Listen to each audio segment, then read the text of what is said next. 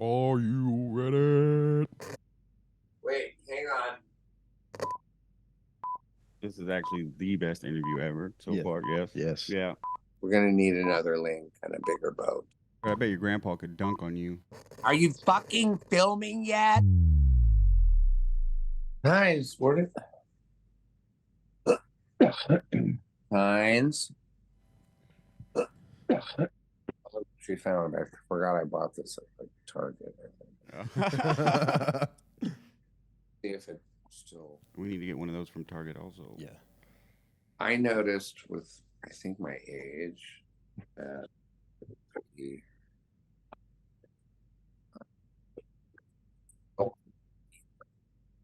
it's up high, down, So this from up here up because you can see how old I am. I'm 56. FYI, are you fucking filming yet? We are filming. Oh, hell yeah, we're filming. Behind the. You guys get final editing, so we'll make sure you guys you get a final say on what goes. Oh, her phone. This is her phone. I just saw you guys send some Zelle. That was nice of you. Yeah. I don't any of that fucking money, fucking bitch. Well, that's just how it goes. I think that's just how it goes in life. Yeah, I don't know about Dustin. Yeah, throw it to the wind. Okay. Do you have a wife? Just start. Come on, let's go. Let's do it. All right. Well, I guess we're getting here. Fuck, let's get started. Yeah. We got Andy Dick here. Yeah, welcome to another episode of the Angry Toad Podcast. Yeah, we're excited to have you on, Andy. I was never on this. Oh shit, I forgot. You're telling people listening, welcome. Yes, because I've never been on. Well, we appreciate you for coming on and taking the time, man. Yes. I guess let's get started with some questions. My first question is: who are a couple comics or people in your life that who roasted you the best? I'll answer your questions if you let me ask you a question after each one of your questions. Perfect. That's deep. That's deep. Yeah. That's deep. That's tough. That's okay. Fuck it. That sounds like a deal. I already have a couple, and so I'm negotiating with you. Okay, so Lisa Lampanelli was just so fucking funny, dude.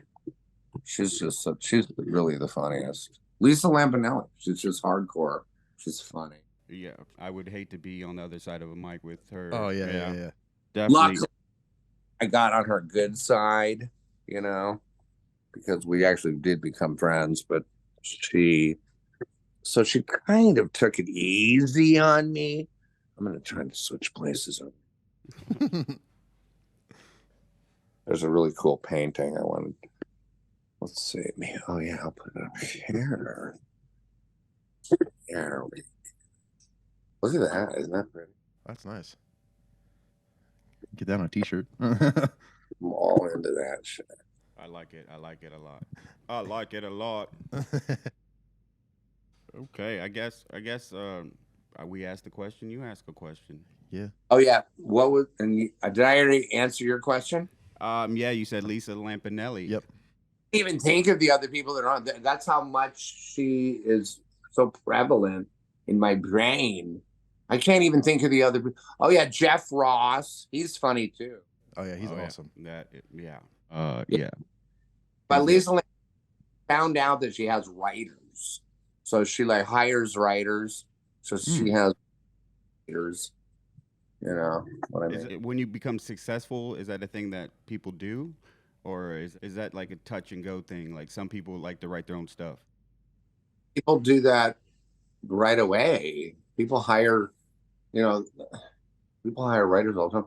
That's how Dino Stamatopoulos came up in the world, because I fucking made him move. He was my comedy partner in Chicago.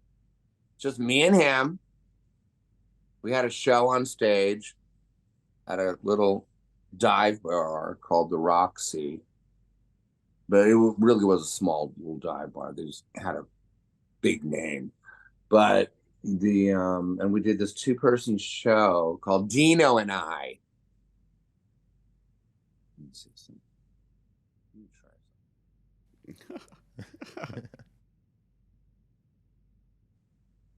Mm. I wasn't looking at the right. Hold on. Oh, no, I wasn't. I'm just all about because I'm a director. You know that, right? Yeah. Yeah, that's Movies did I? it's new to me. Never heard that. No. And the other guy, tell me one movie I directed, and don't start. Well, I learned today. I learned today that And he called him out. Called him out. I directed all of the Andy Dick shows, all of them, and then at least 5 of those scenes were scheduled to be turned into movies because they were just popular and funny and weird. Like I can't even remember which ones. What's that noise? But I ultimately, and I do this a lot, I hate to use this millennial phrase, but I canceled. I start something and then I'm like, I don't really feel like doing it anymore. Sorry. I feel you on that. What was it like getting your first movie from doing comedy and then getting your first movie? Like, what was that feeling like for you? Which one are you thinking of? I'm not exactly sure what your first movie was, but I'm just interested, like, what that feeling was for you whenever you got that. Well, when I really started on stage. I was like on stage in Chicago. So I was doing plays. I was in theater company. I was in plays. I have like a really good background with acting and all that crap. But and then I started getting commercials. So those really paid. That really put the bill. That was like I did an Alaskan Airlines commercial. Maybe you could show it on your show. What? Alaskan Airlines commercial. It's like features me because there was an 80-year-old man that was supposed to do the part I wound up doing, and it's just me looking like taking a tiny sandwich out of a box on a toothpick. That's this big, the sandwich. It says tasty. I'm on the other company, like I was on the crappy airline. My character is always played by the bad guy or the guy that's on the crappy thing, you know what I'm saying? But that made me a bunch of money, and I was only like 18. When you started doing comedy, did you start in were you at the Comedy Store when you did comedy? Like, did you do comedy there a lot? They don't have a Comedy Store in Chicago. I was in Chicago. Sorry. Or come on, because don't you have to be a fucking podcaster? Well, I know you were in LA for a while, but I don't know if you stand up there a bunch or not. Because I know you were hanging out with Bobby Lee and everything. Huh? He loves Bobby Lee. He just wants to know all your encounters with Bobby Lee. Just tell him everything that happened. Bobby Lee is one of the good ones. He's so nice and so sweet. I was on Mad TV for a second. I actually did Daphne Aguilera, one of the characters that I created on the Andy Dick show. I did Daphne on Mad TV, which was a weird mix. And so I met him back then. But he's so sweet. By the way, sober. Speaking of that, I want to smoke some pot. Do it. Yeah, I wonder if he smokes pot. Yeah, but he's just such a good guy. Do I hear sirens in my? Yeah, it's outside. Oh, there's a fire downtown Indianapolis. Go ahead and pass. We're trying to interview Andy Dick already. Who are you talking to? We're right outside downtown Indianapolis, and there's a fire truck somewhere, and all I hear is the sirens. And yeah, we got a big window outside with a speaker, and we kind of. It looks cool. Your place. We appreciate that. Yeah, It's thank you. it's fun most of the time. We got to deal with Wyatt a lot, but I guess here's another question for you. You worked on so many movies, Before you sitcom. get- Oh, Your biggest problem on your two-person show is the other person. I hear that a lot. Figure that shit out, bitch. yeah. I'm working on it. No, I'm just kidding. I love him to death. But anyways, you worked on so many movies, sitcoms, sketches, That- sketches. Oh, by the way, that's fun. It's fun for people to see people, like, because we all are. You think I'm living with my ex here, my baby mom, my second baby mom, because her boyfriend died, Paul Ryder. Did you know that? No, it's a news flash. Yeah, she had a boyfriend that was in a band called the Happy Mondays. The Happy Mondays, which is, I guess, a big band in the 80s. I'd never heard of them, but he was my first. Then I introduced them. Then they moved in together, and then he promptly died. Damn. I rushed in to just help her. I'm helping her sell the house. She just wants to get the fuck out of here. But that's personal shit. She's getting a call. What do I do? I don't know. Let me just send to voicemail. Okay, I sent it to voicemail. It's her phone, remember? So, what is your favorite stage you performed on? Well, it's weird that I just brought up the Roxy because I had forgotten about that till I was talking to you because of Dino Stamatopoulos, who does Starburns, and he was my comedy partner. And then we're friends again, but we had a falling out for like 10 years. But that's where he and I used to do that Dino and I show at the Roxy, which I just brought up earlier in your. Yeah. Do you have a favorite comedian? It was on Fullerton, I think.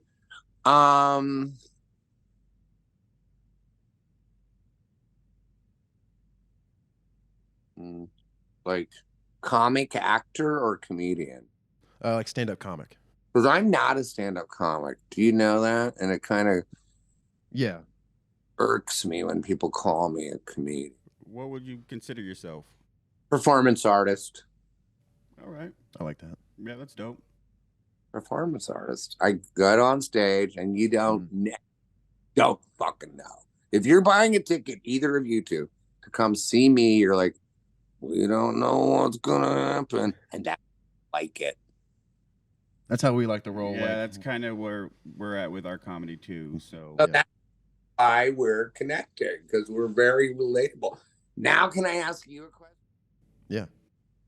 What's this look with the flannel and it's like unbuttoned at the bottom only? I didn't want to show the chest out. I didn't want to get you excited here, Andy. But the lumberjack look.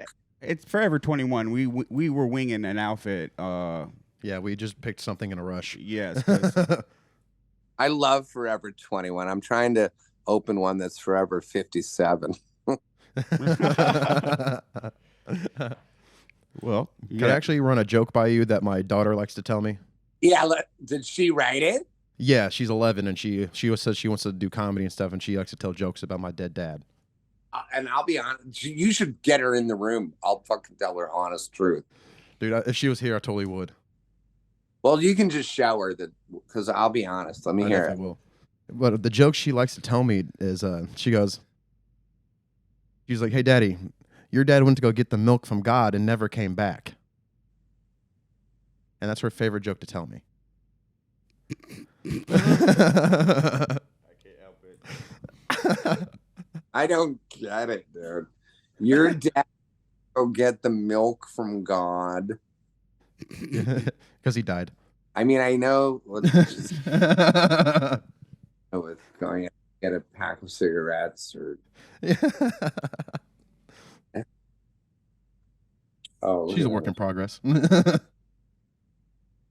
Let me try to think of it because there might be something we're missing. You know, she might be smarter than us, is what I'm saying. God, wait, your dad went to go get some milk, a carton of milk from God, and never came back. Why would the dad go to God to get milk? That's what I'm thinking. My dad would only go out to get beer, so. Yeah, exactly. There's something we're missing from that. Something. But I have to. Oh, I know. I'm going to use my. I'm staying on a mattress in the dining room. Actually, here, I'll show you. Over there. Yeah. Oh yeah. So. Is that a door behind it, or is that like one of those Japanese style like dividers? Japanese thing. She puts it up because I don't think she enjoys making her breakfast while I'm masturbating. What, she doesn't? Yeah. Hey, on today I'm actually making an egg white scramble. Can I have some of that?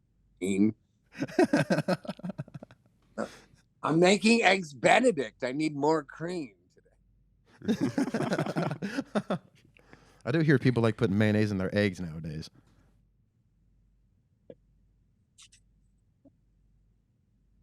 It's a little card I made. That's awesome. My daughter, actually. So what was it like working with Pauly Shore? It was fine. Oh, he's a nice guy. He really, really is. But I met him once when I was working at Helium Comedy Club, and I was doing security at the time, and I was standing next to him, and he goes, "Who are you?" I was like, "Oh, I work here." yeah, he can be a dick like that a little bit. Hang on, one. I'm just grabbing my toilet from my bedroom. You gonna hit him with the cereal soup? Yeah. Oh yeah. Hit him with the heavies. Hit him with the heavy. I'm just peeing in my toilet.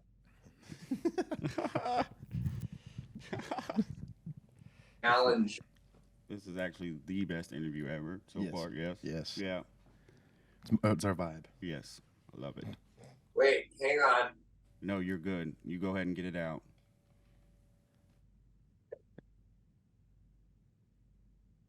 I'm coming back. Ow! Stubbed my toe. Sorry about that. That's all good. Oh man. It was great. Anything else? That was my first big movie. I had to do a screen test for that movie. An actual screen test. Is there a lot of fun going like on set, or is it just all business? I mean, no, there was too much chaos and drama on that set. It was my first big movie, and people. It was Pauly was the director. Actually, came up to me and said, "Andy, I need to talk to you. You can't be so funny. You're just going to have to tone it down and not be funny because this is Pauly's movie and he doesn't want that." fucking Pauly. So what was your favorite movie to work on? Mine.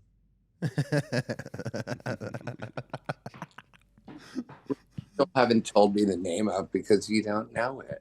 Dustin? I told him I didn't know you were a director. I didn't honestly know you were a director. Dustin, go for it. I got them all pulled up. Nope, you pulled it up. You pulled it up on your phone. You pulled it up on his. Hey, we don't claim to be great interviewers. It's in our title, Local Idiots. I'm more of the idiot. Yeah. That's fine. You don't. Come on, the movie I directed. Ben Stiller's in it. You get pull it up. You better get. He's calling you out. I will. Don't fold. Don't fold. He's in it. Anthony in it. Doing it right now. His fingers are shaking. I'm always shaky, man. A lot of people in it. Why are you so shaky? You drinking a lot of coffee? Well, a lot of energy drinks and been working a lot, so I'm kind of just like buzzing right now. And I'm nervous, interviewing Andy Dick, that's not something I do every day. To be nervous about. But I'll tell you, you really should stop with the energy drinks. I try really hard to not drink caffeine at all. I do still though. Yeah, like I definitely need to because it doesn't really do too much for me other than make my hand shake. So I'm kind of like, yeah, I probably shouldn't anymore. Did you pull up the movie? You're folding on a movie. He's folding on your movie. Well, there's thousands of movies here. This man's successful. He's thousands of movies? Probably. My new coffee, just 2 lines of cocaine. I'm just kidding. I was asking my friends if they had cocaine recently. Nobody does, unless they're just not wanting to give it to me, which I get.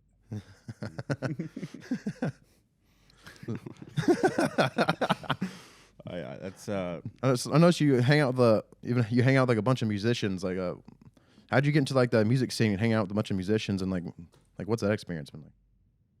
It's I think one of those things where they want, and there's really a lot of very famous musicians. They want what I have, it's like comedy and whatever, and I want what they fucking cool fucking musicians that can actually play an instrument or do that. I have music, you know that? I did not. Okay, this might be a preliminary interview. Well, I know you, but I saw on your Instagram you just did a song with I don't know their names, but I know you just did a song. But I know I have 3 albums with songs. Fuck, I'm learning. Yeah. Brought up Mark Foster from Foster the People. He was my guitar player for like 5 years. You enjoy making music? I mean, or is that something as a hobby, a passion? Yeah, I love writing songs. Dope. That's awesome. Have you always like written music, or like when did you find that your act for music, like you really enjoyed doing it? When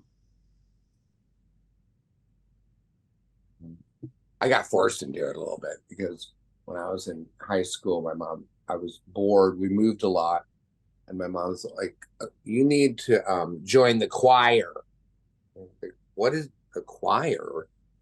I didn't even know what it was, and so I joined the choir, and then I was into musicals, and I just got into music kind of late.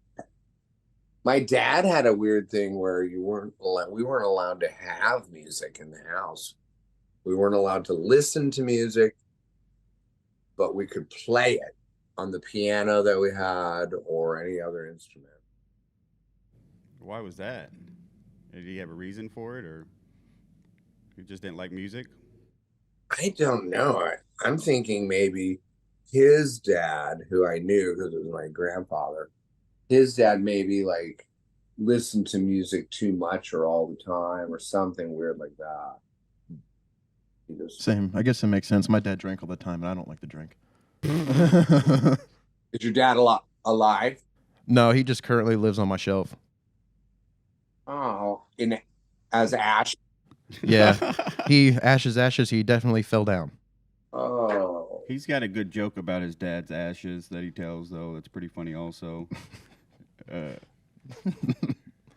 don't know if you should say it. You should. Well, okay. My joke is my girlfriend left me for my dad once, but the joke's on her because he's dead. But I should have seen it coming because she was always into cocaine, so she liked to snort my dad. Oh God! I have said that they did that to Del Close, the guy that taught me improv in Chicago. Del Close, that he had ashes, and then this one girl that was just very excited about being in the improv world snorted his ashes. That's what I. Sometimes you just need I just need my dad's vibe with me. You know. Oh man. Oh man. I feel like if I mix his ashes with water, it probably tastes like vodka. Was he that? Oh yeah, it burned a hole through his stomach. It's fucked up. But his drink was vodka. Yeah, it was like Dark Eyes or something like that. What's It had that? it was like a vodka. It had like a snake on the front of it, super cheap. He pounded those down like Red Bull. Wow. That's what. I like that got deep. It got deep. It happens. I'm up. He needed to talk about it. He's been trying to talk about it. So, my papa. It's a good episode to get it out. Do you still get nervous doing stand up, or when you first started doing stand up, do you get nervous? Yeah, there were times I couldn't even go on stage, but not anymore. It's like now I just don't even. I wish I had what I used to have, where I was scared and I was excited and the energy was so like through the roof. But now it's like, I don't know if I want to show up. Seriously. I get the same way. It's just like there's times like I'll just get so nervous, and then it's like I feel so confident beforehand, but then I get on there and then I'm just like.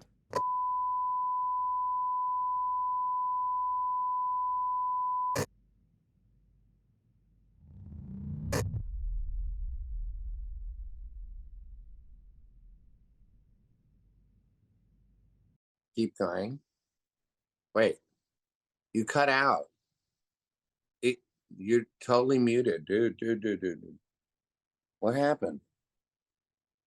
You're totally muted.